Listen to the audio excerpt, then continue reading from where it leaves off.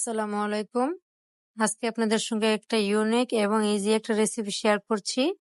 আশা করছি সবাই এটা বাসায় বানিয়ে দেখবেন। আমি আজকে আপনাদের সঙ্গে ভাত দিয়ে কিভাবে পিজা বানালাম সেটাই শেয়ার করছি। তো আমি প্রথমে এখানে 1 প্লেটের মতো ভাত নিয়ে নিলাম। এর মধ্যে 2টা ডিম দিয়ে দিলাম। তারপর এর মধ্যে স্বাদ অনুযায়ী একটু লবণ দিয়ে দিব। তারপর আমি এটাকে হাত দিয়ে মেখে ভালো করে মিশিয়ে নিলাম। তারপর একটা প্যানের মধ্যে আমি অল্প একটু ঘি ব্রাশ করে দিচ্ছি। ঘিটা ব্রাশ করে দেওয়ার পর যে ভাতের আইটেমটা রেখেছিলাম মেখে ওইটা দিয়ে দিলাম।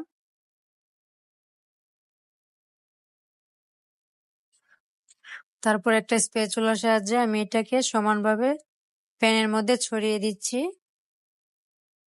এখন আমি ঢাকনা দিয়ে ঢেকে এটাকে ততক্ষণ পর্যন্ত রান্না করব যতক্ষণ না পর্যন্ত এক পাশটা লাল হয়ে আসছে।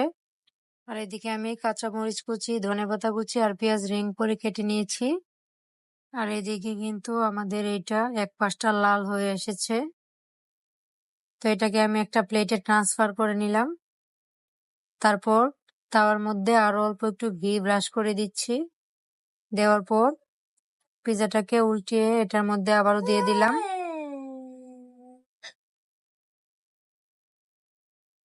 এখন আমি একটা চাকুর সাহায্যে এটাকে কেটে নিচ্ছি। এটাকে আমি 8 পিস করে কেটে নিচ্ছি। আর এটা আমি কিন্তু সঙ্গে সঙ্গে উল্টে দেওয়ার পরই কাটি নাই, এটাকে অল্প একটু ভাজতে দেওয়া হয়েছে তারপর কাটা হয়েছে, না হলে কিন্তু সাথে সাথে কাটতে গেলে ভেঙে যাবে। তো এখন আমি 8 পিস করার পর এর মধ্যে পিজা সস অথবা টমেটো সস দিয়ে দিতে পারেন। আমি টমেটো সসটা ইউজ করেছি। তারপর মুরগির মাংস অ্যাড করে দিচ্ছি এর উপরে। এটা আমার বাসায় রান্না করা ছিল, এখান থেকেই আমি দিয়েছি।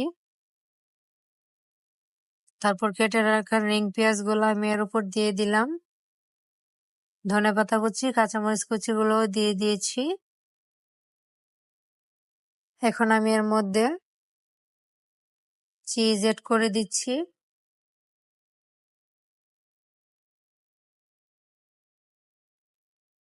চিজটা সমানভাবে ছড়িয়ে দিচ্ছি।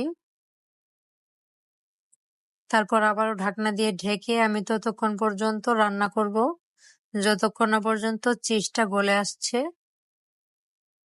আমার চিজটা কিন্তু গলে গেছে। তো এখন আমি এর উপর দিয়ে ডেকোরেশনের জন্য টমেটোর সস এড করে দিলাম। আপনারা চাইলে টমেটোর সস এবং মেয়োনিজ দুইটা একসাথে মিশিয়ে একটা যে কালারটা হয় ওইটাও ইউজ করতে পারেন। দেখুন আমার পিজাটা কতটা সুন্দর হয়েছে, এটা দেখে কার না জিভে জল আসবে। আপনারা কিন্তু চাইলে অবশ্যই বাসায় ট্রাই করতে পারেন। এটা খুবই সিম্পল ভাবে আমি বানিয়ে দেখিয়েছি, আপনারা অবশ্যই বাসায় ট্রাই করবেন, ভালো লাগবে। আর রেসিপি ভালো লাগলে অবশ্যই লাইক, কমেন্ট এন্ড শেয়ার করবেন।